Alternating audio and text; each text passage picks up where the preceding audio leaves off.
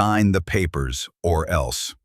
The cold barrel pressed hard against my temple, the smell of gun oil sharp and sour in the humid night. My own son's voice carried no hesitation. It rattled in the rafters of my small wooden house, mixed with the faint buzzing of cicadas outside. The yellow lamp above us trembled slightly, casting shadows that made the room look as though it were shivering with me. I should have panicked, cried, begged, maybe even prayed, but instead, I let the corners of my mouth lift just enough for him to see. He wanted fear, and I offered something else. He thought he held all the power, but I knew the night was far from finished. Mark had not always looked at me this way. I remembered his boyhood, his scrawny frame chasing a baseball across our front yard, tripping over his own shoelaces. Now, at 45, his shoulders were broad with anger, his eyes narrowed and restless. Life had not been kind to him, but he had never learned to shoulder that weight without pointing at someone else to blame. Tonight, that someone was me. He burst in without warning, the door slamming against the wall so hard a frame fell crooked. In one hand he held the gun, in the other a crumpled folder. He tossed it onto the table with a slap of paper against wood, as if it were an execution order waiting to be signed. "Do it now," he barked. His words cut more than the gun ever could, because they were laced with the venom of a son who no longer saw a father, only an obstacle. I glanced at the folder but kept my lips closed. My heart knocked hard against my ribs, but outwardly I stayed silent. Silence has its own language, one I had learned after 72 years of living, teaching, enduring. He mistook it for weakness, for hesitation, but really it was the last shield I had left. Mark's eyes flared. He shoved my skin. "Sign it!" "Do it before it's too late."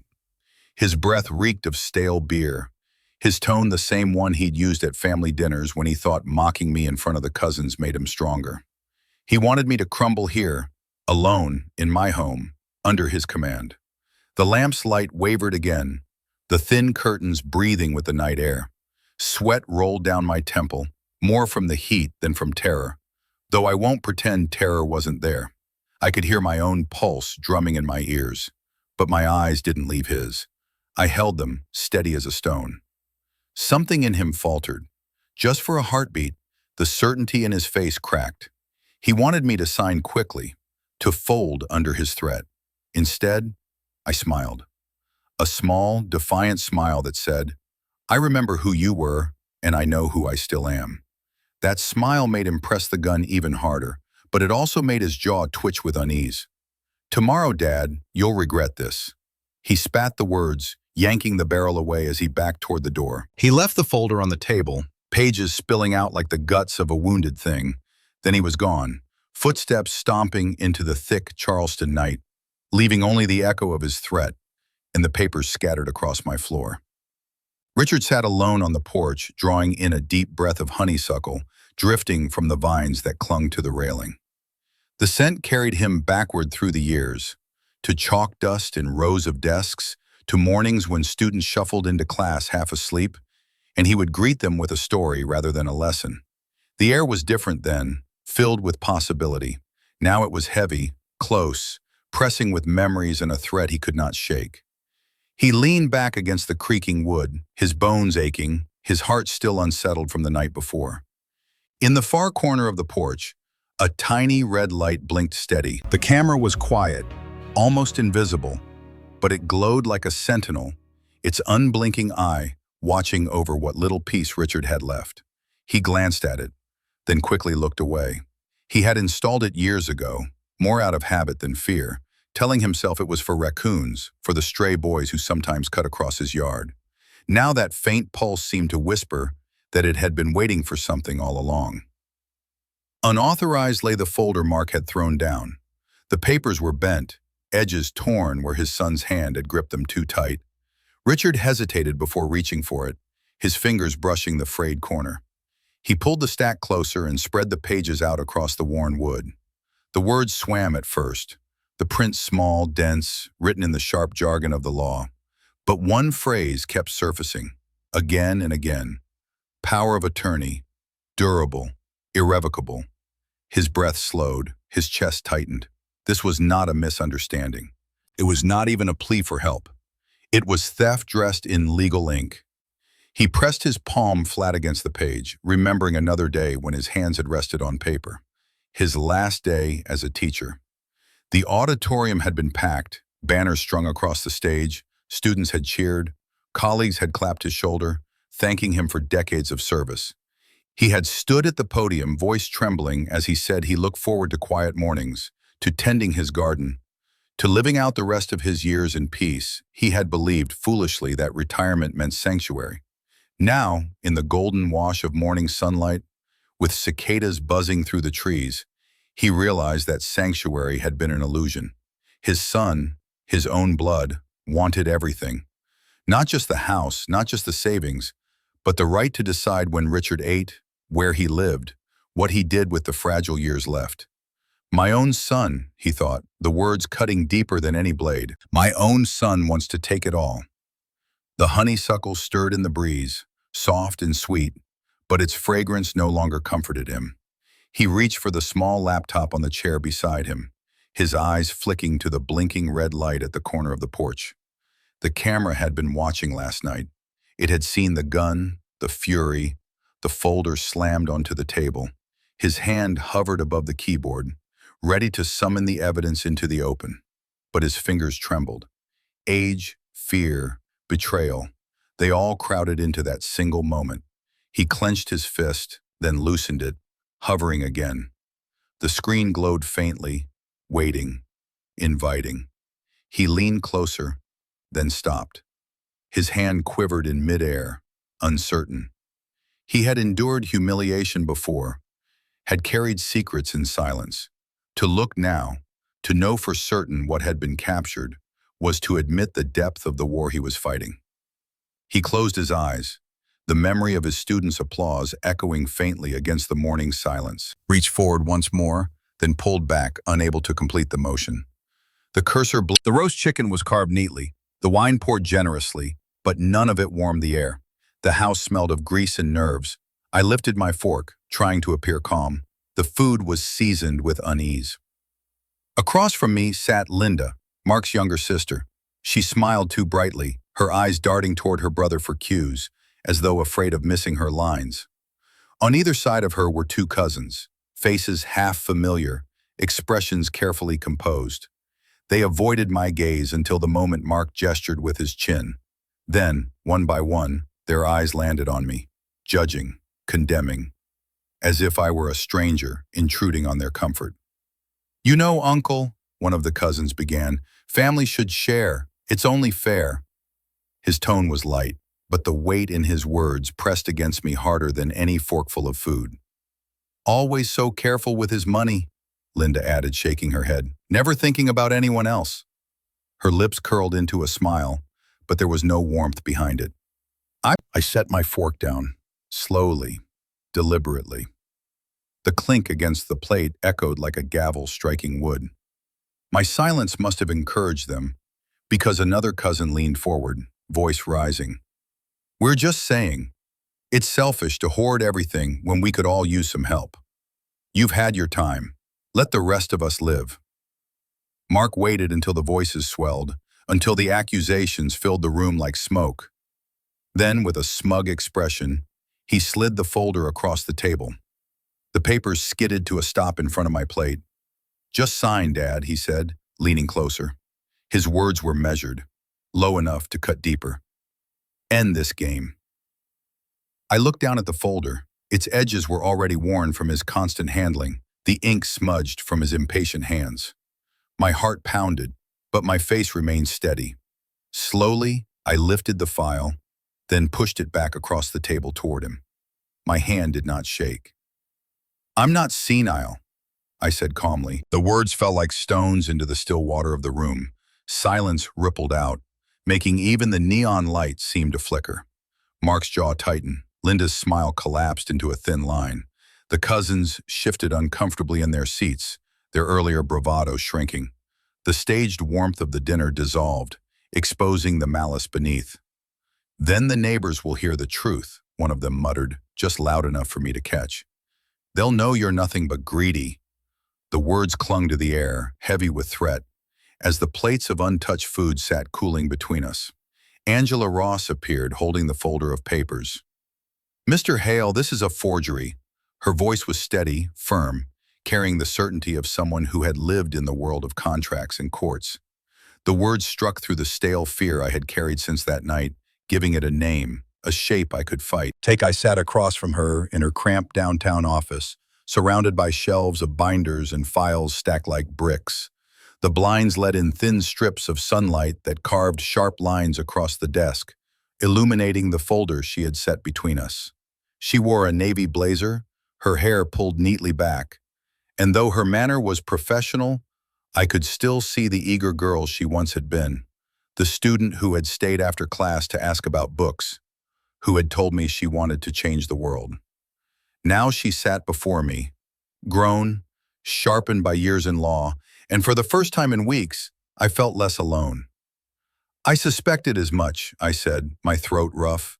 My hand hovered near the pages. "But I needed to be sure." Angela flipped through the documents quickly, her pen tapping against the lines of text. "Look here. This clause would give your son not only financial control, but also guardianship rights. If you sign this, you would legally lose the ability to make decisions about your own home, your own money, even your medical care." She glanced up, her eyes narrowed. "It's written to strip you of everything." I swallowed hard. "And the signature line?" Breaking closer, pointing. "The font spacing is irregular. The notary stamp is blurred, likely lifted from another document. And here, the way your name is typed, it's designed to mimic an authentic legal draft, but it's a sham. If they push you to sign this, it won't stand in a real court. But it will cause enough chaos to make you miserable while they fight to enforce it." I sat back in my chair, the old wood creaking under my weight.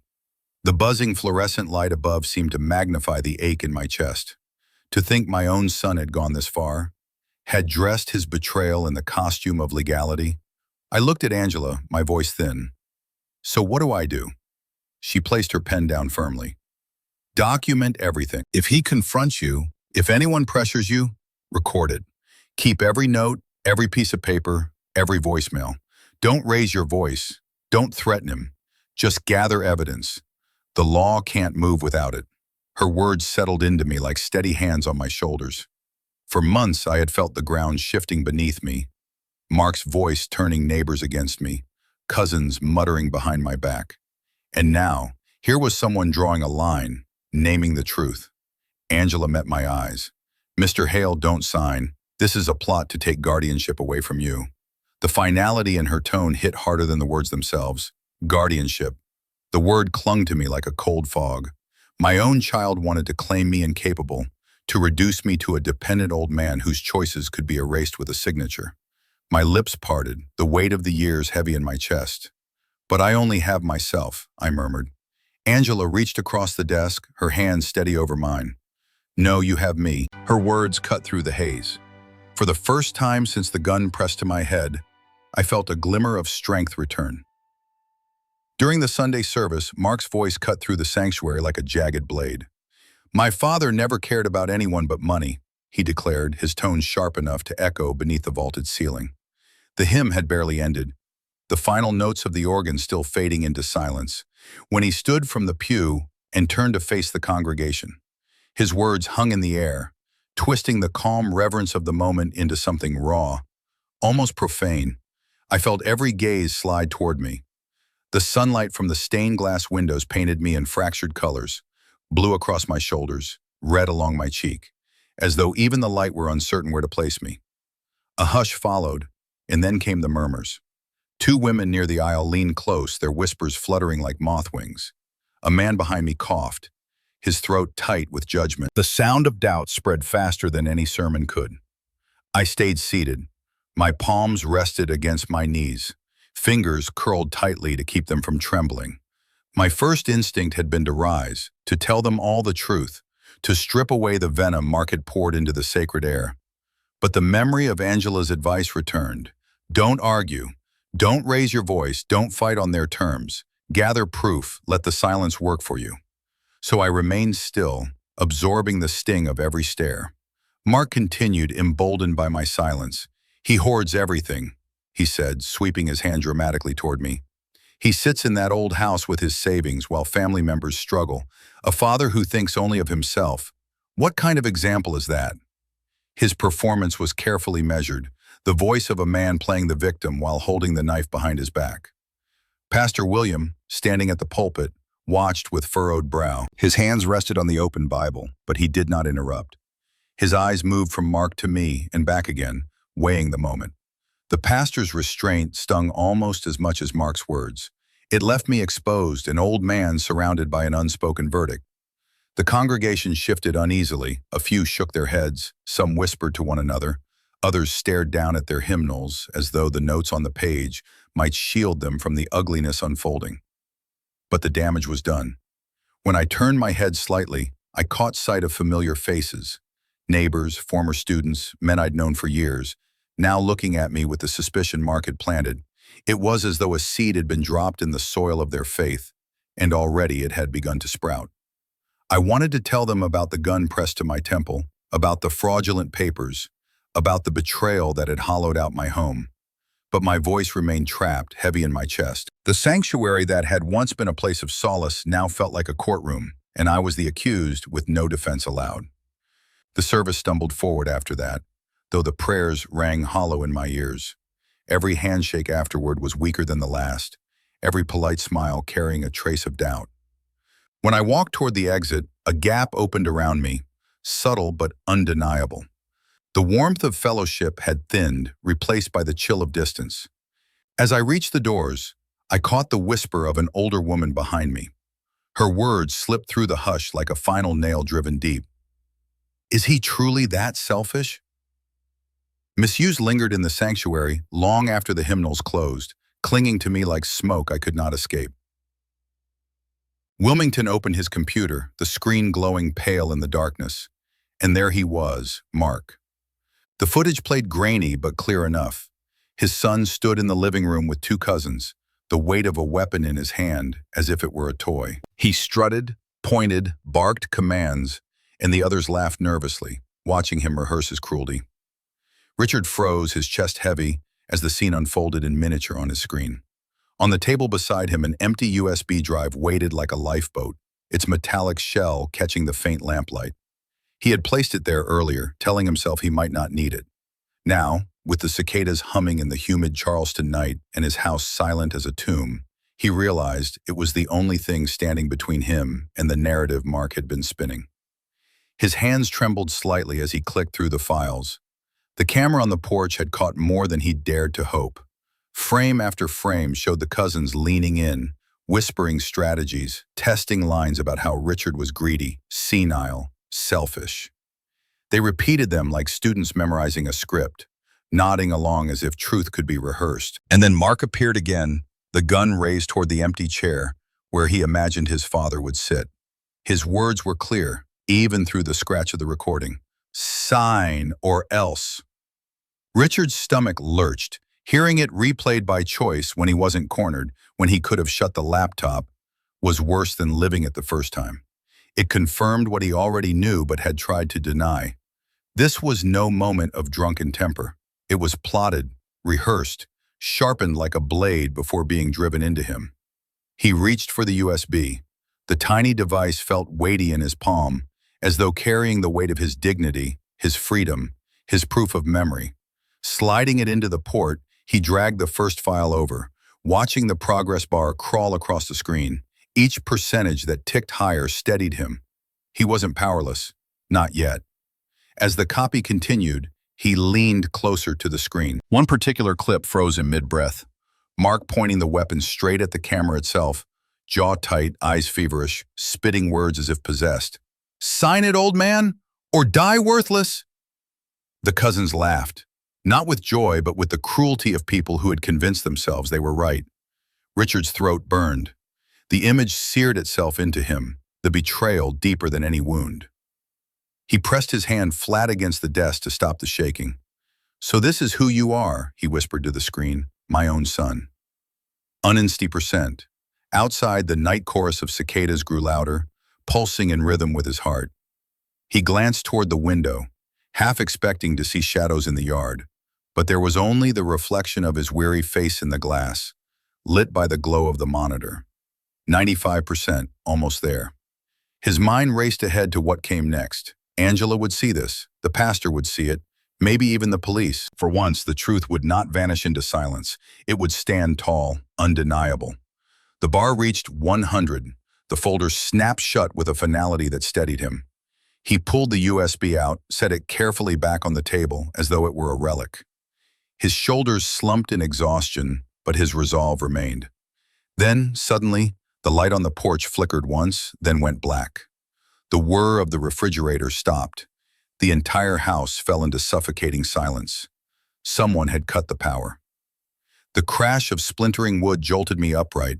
The front door gave way with a violent crack and Mark burst inside, his shadow long and jagged against the walls. The beam of a flashlight cut through the darkness, and in that narrow cone of light I saw the unmistakable glint of metal in his hand. His steps were heavy, frantic, not the measured stride of a man in control, but the stomp of rage breaking through its own cage. Behind him, one of the cousins slipped in, face pale, eyes darting nervously around my quiet house. He held no weapon, but the way he lingered near the doorway told me he was there to back Mark's threat with numbers, if not with courage. I sat in my armchair, heart pounding, the fabric of the cushion damp under my palms. But I did not rise. The USB rested in the pocket of my shirt, pressing against my chest like a secret heartbeat. If I let my face betray its presence, all would be lost. So I let my expression crumple into an act, a look of startled fear, a quiver in my lips. Mark stormed forward and shoved me down hard into the chair. My bones jarred against the frame, a flash of pain racing up my spine.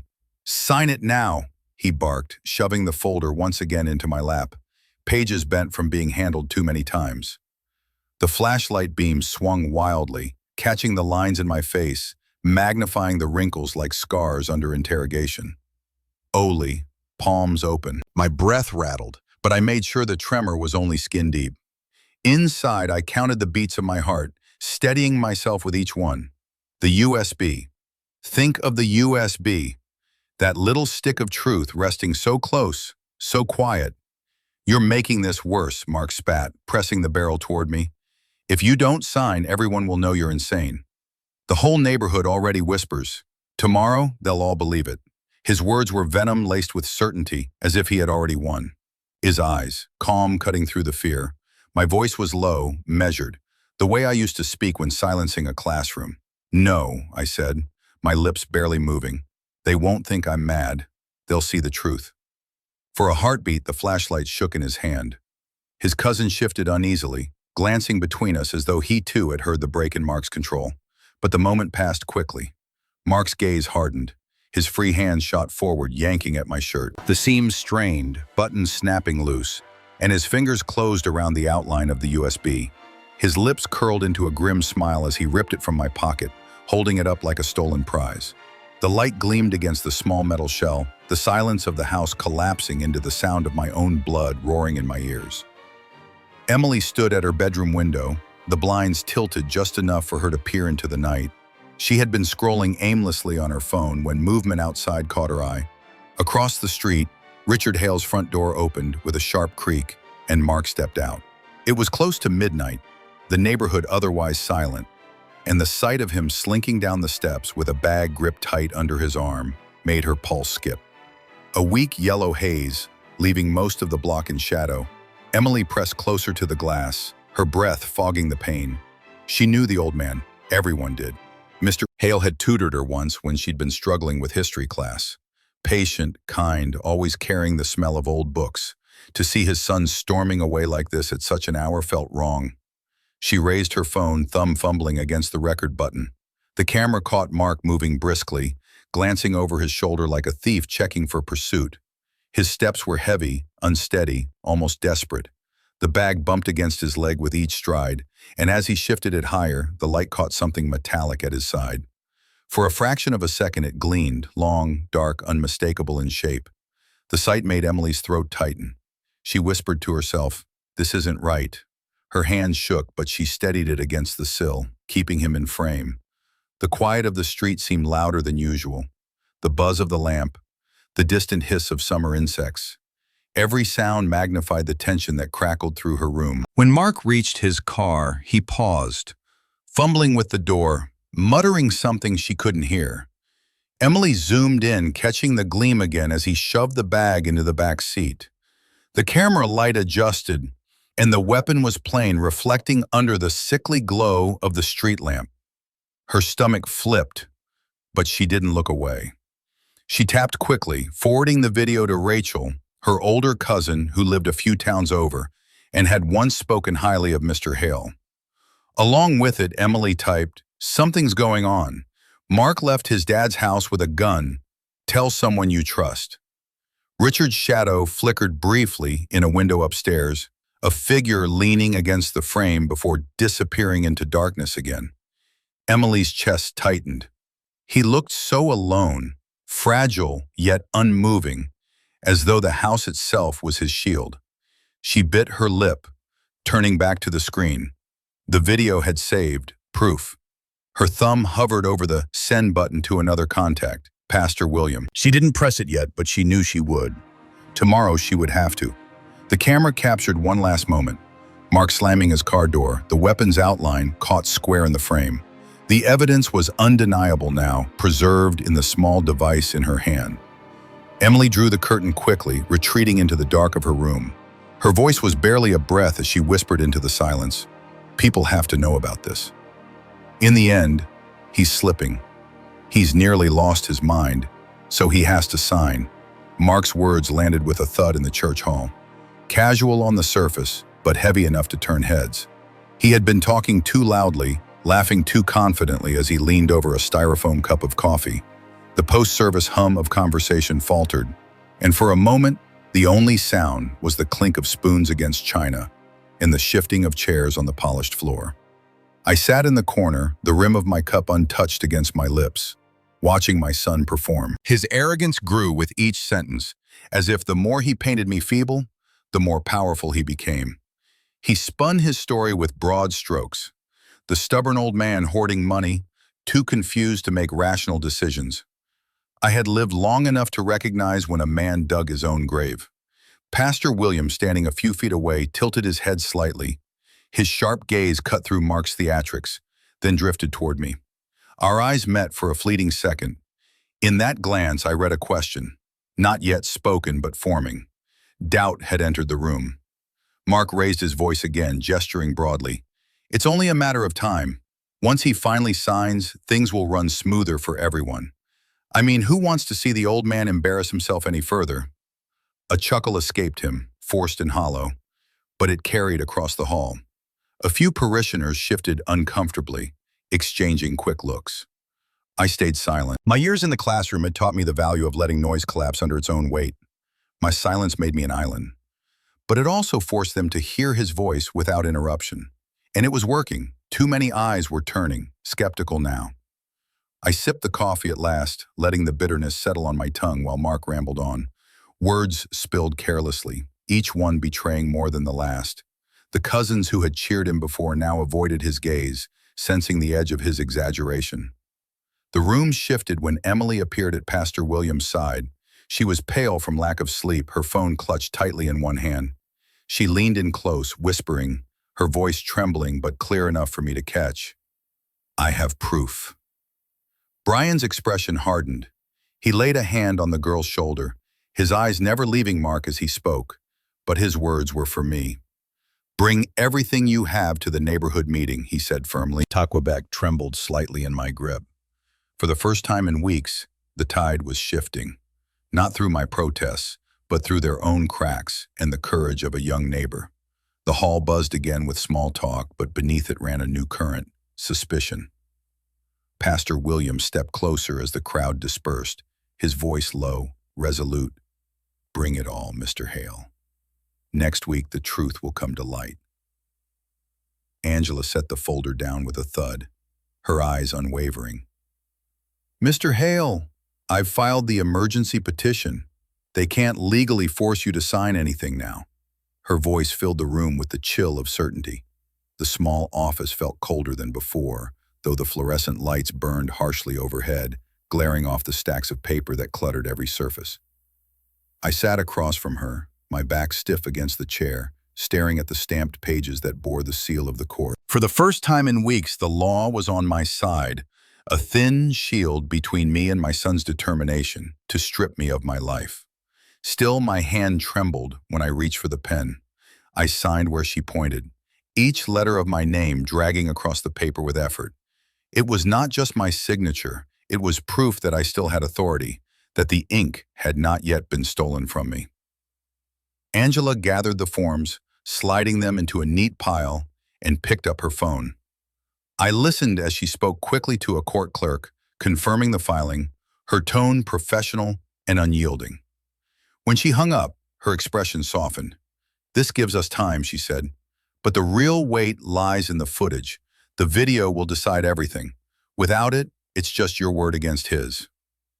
My pardon, pressing at where the USB rested. Its presence was both a comfort and a burden, heavier than any stone. "It's here," I whispered, "all of it.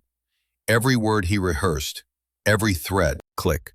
Angela leaned forward, her hands clasped. "Then you must be ready. The neighborhood meeting will not be gentle. Mark has already poisoned them with rumors. This is your chance to shift the air back in your favor, but it will take all the strength you have left." Angela, I met her eyes, the fire of the old classroom days flickering faintly in my chest. "It's time," I said. "Past time." Her lips curved into a small smile, but there was no triumph in it, only resolve. She began gathering the documents, sliding them into her satchel. The weight of silence pressed down between us, filled only by the scratching of pens and the distant hum of traffic beyond the office windows. Then my phone vibrated on the table. The sound startled me more than it should have.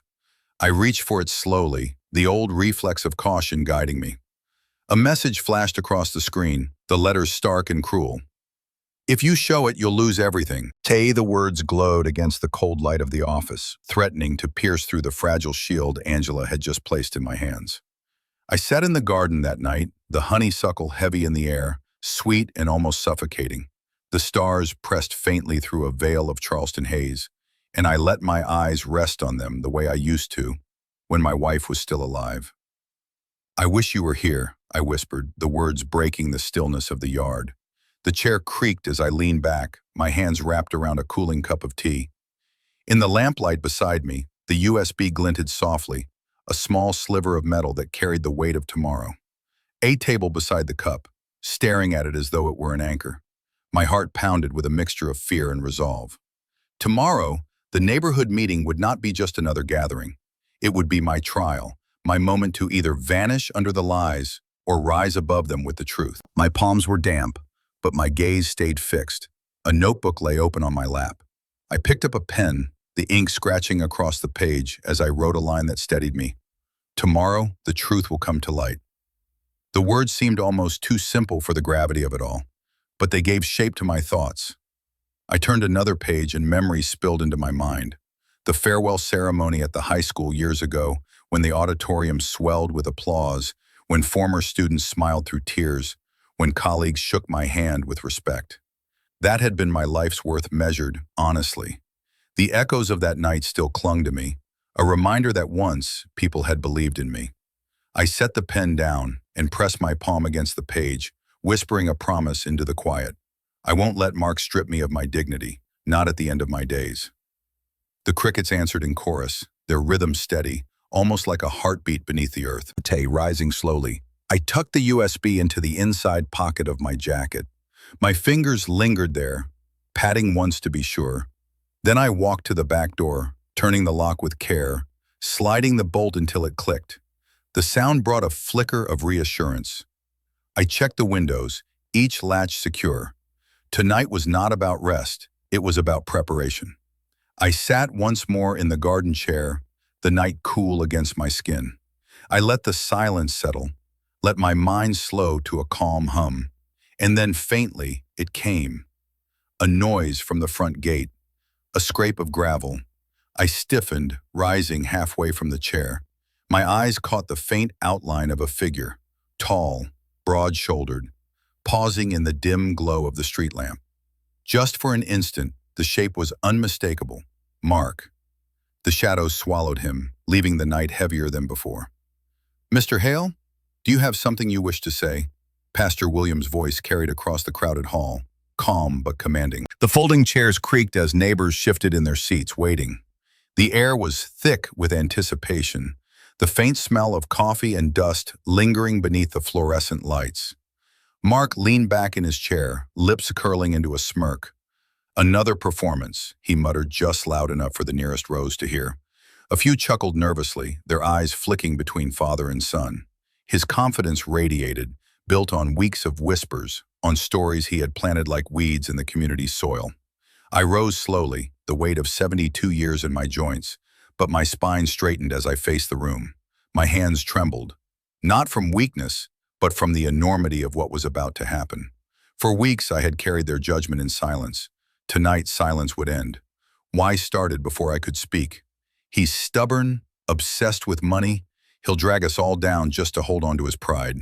His voice climbed with each accusation, as though volume could replace proof. Murmurs rippled through the crowd, some nodding, others frowning. I didn't argue. Instead, I reached into my jacket, drew out the USB and placed it gently into Pastor Williams' hand.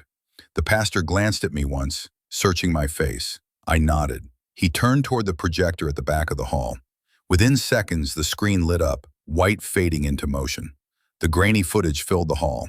Mark appeared on screen, strutting across Richard's porch, gun in hand. His words echoed through the speakers. Sign or else. The cousins laughed uneasily, rehearsing lines about me being selfish, greedy, unfit. Then came the moment where Mark aimed the weapon directly at the empty chair, barking commands like an actor in a dark play. The room fell utterly still. The only sound was the faint hum of the projector. Not a cough, not a shuffle, just silence pressing against the walls. Then as the video rolled on, showing his smirk, his threats, the silence cracked. Gasps erupted. A woman in the back covered her mouth. Someone muttered, "My God." The final clip ended. The screen went black. For a heartbeat, no one moved. Then the hall broke into voices, sharp, angry, incredulous. How could he? That's his own father. Chairs scraped against the floor as people stood, demanding answers.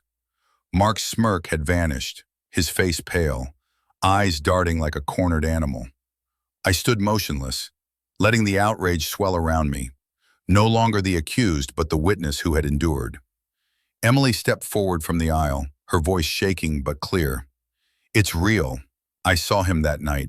I recorded it too. Unearth's cousin shouted. It's taken out of context, but his words drowned under the rising tide of fury.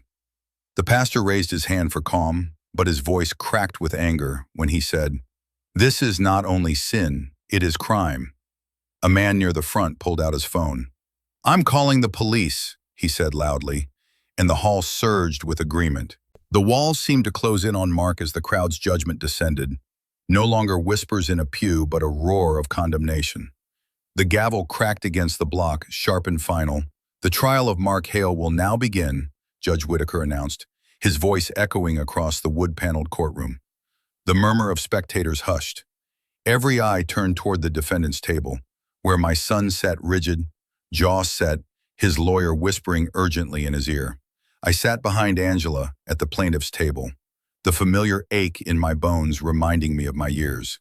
72, but I felt every decade heavier in this moment.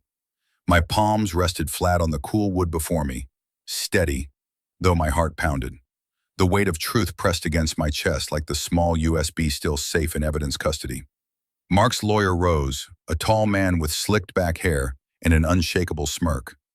"Ladies and gentlemen of the jury," he began, "what you have seen is a fabrication, a family dispute exaggerated into theater. Mr. Hale is elderly, his memory unreliable. He has been manipulated into believing lies." His gaze swept the jury box, pausing as if daring them to disagree.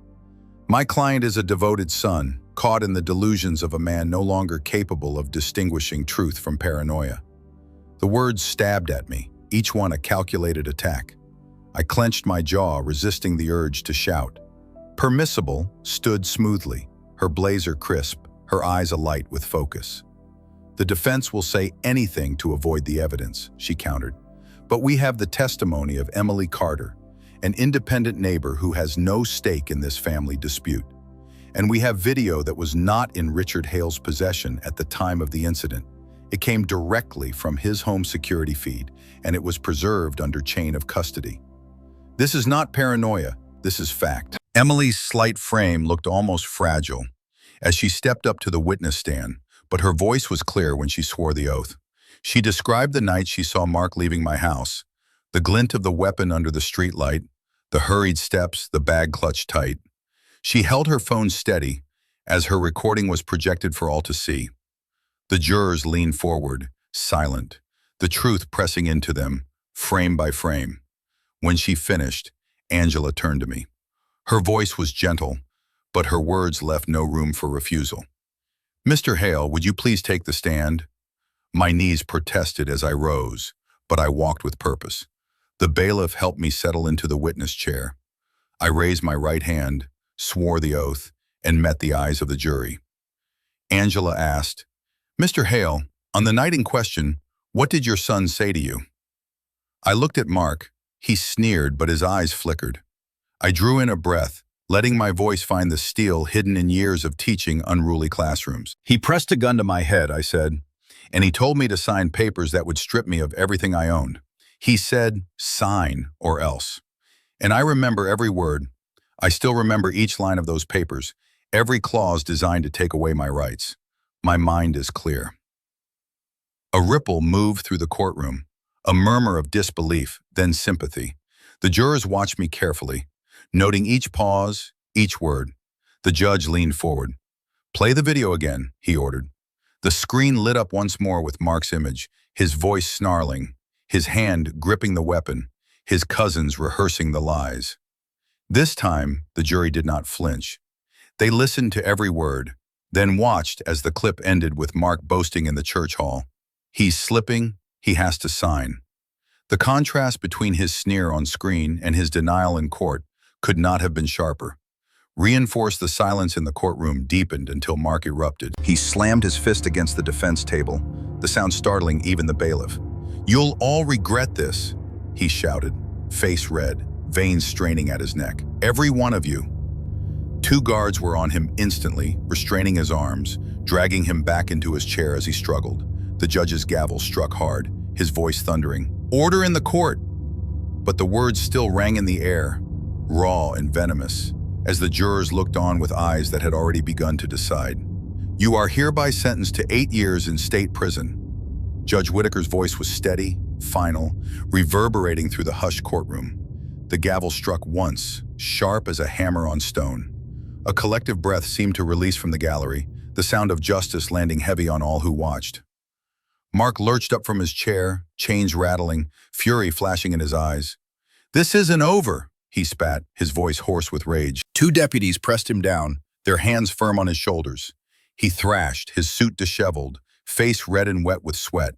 His words bounced uselessly off the polished wood, no longer carrying the power they once did at church halls or family tables. At the edge of the benches, Linda wept openly, her sobs breaking into hiccups.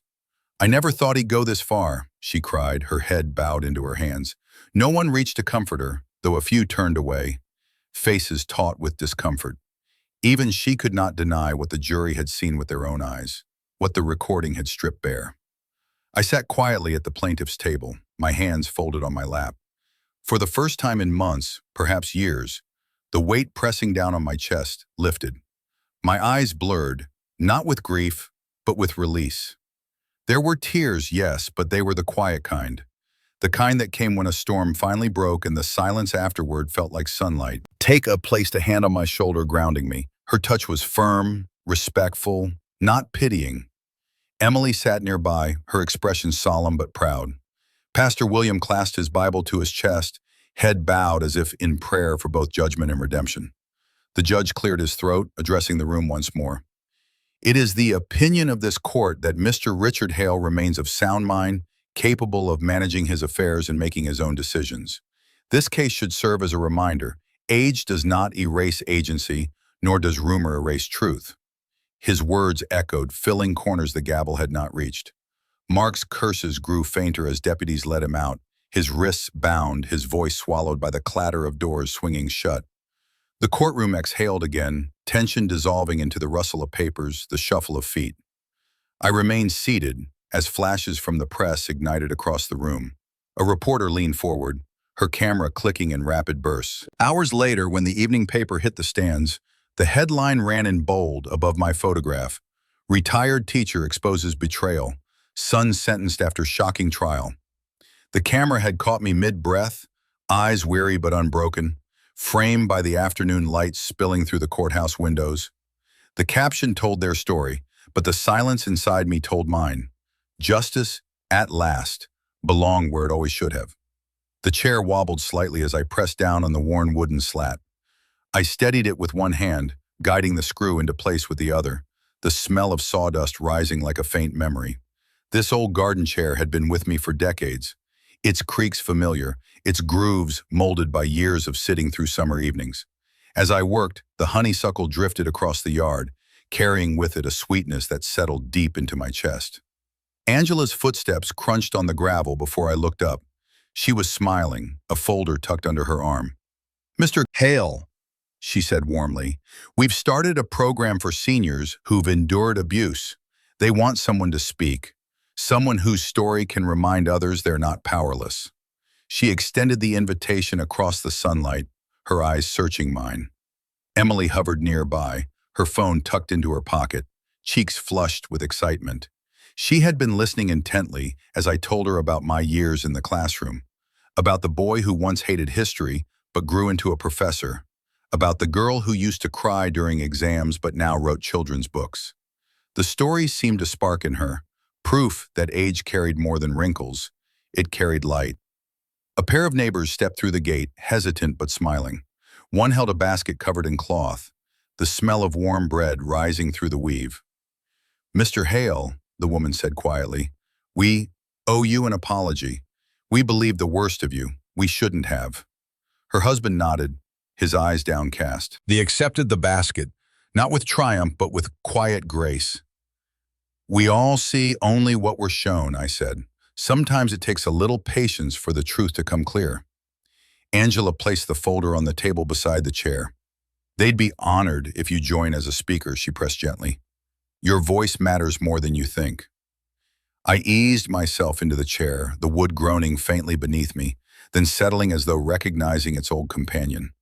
The sun poured across the garden, casting sharp shadows and golden light across the honeysuckle vines. I looked at Emily, at Angela, at the neighbors who stood humbly before me, and I felt a steadiness I hadn't known in months. "My memory is still sharp," I said, my voice even, carrying across the garden. "And the memory of the old is not useless. It is what keeps the truth alive." Into silence, only the hum of bees filling the air. Then a click broke it. A reporter, camera raised, standing just beyond the gate. The lens caught me in that light, seated in the chair, shoulders straight, eyes clear. I turned toward it, lifted the faintest of smiles, and let it capture me as I was. Not victim, not frail, but a man who had endured and still stood whole. The late afternoon wind carried the fragrance of honeysuckle across the porch, weaving it through the slats of the railing, folding it into the air I breathed. It was a scent I had known all my life, but never had it felt so whole, so final. The sun stretched long fingers of light across the yard, turning every blade of grass into gold. I settled deeper into the wooden chair I had mended with my own hands, the grains smooth beneath my palms, the seat groaning like an old friend. On the table beside me lay the open journal. I wrote slowly, the pen scratching across the page I set the pen down and closed the cover, sliding my hand over the worn leather, as if sealing not only my words but my life into its pages. I lifted the teacup, its steam rising into the fading light. The warmth curled through me as I watched the neighborhood children tumble through the yard across the street. Their laughter rang out, bright and unburdened, filling spaces that had once been silent with judgment. Some of their parents had turned to me in apology, others in admiration, but the children needed no explanation. They only knew me as the man who waved from his porch. My gaze drifted to the vine of honeysuckle, curling around the fence. For a moment, I saw her there, my wife, young as she had been when we first planted. The house behind me stood quiet, no longer haunted by threats, no longer braced against intrusion. I thought of my students, of lessons taught, of futures I had once nudged along their paths. I thought of Angela's steady voice in court, Emily's courage, Pastor William's unwavering gaze. All of them had become pieces of my story, threads binding me not to shame, but to dignity. I leaned back, breathing deeply, the honeysuckle scent filling every corner of me. My lips moved around the words, barely more than a whisper. Silence can speak when it becomes justice. Tile the honeysuckle swayed gently in the twilight, wrapping the porch in its fragrance. I let the sound of children's laughter and the hum of crickets merge into a single song. And with the sun bowing low beyond the rooftops, I surrendered to the quiet, a faint smile touching my lips as the blossoms moved with the wind. In the end, Richard's quiet defiance outlived his son's threats and the crowd's doubts, leaving him seated in peace while those who sought to strip him of dignity faced judgment. Justice came not with spectacle, but with evidence, patience, and the steady courage of a man who refused to bend. It is a reminder that fairness may arrive late, yet it never arrives. Type 1 if you resonate with this story.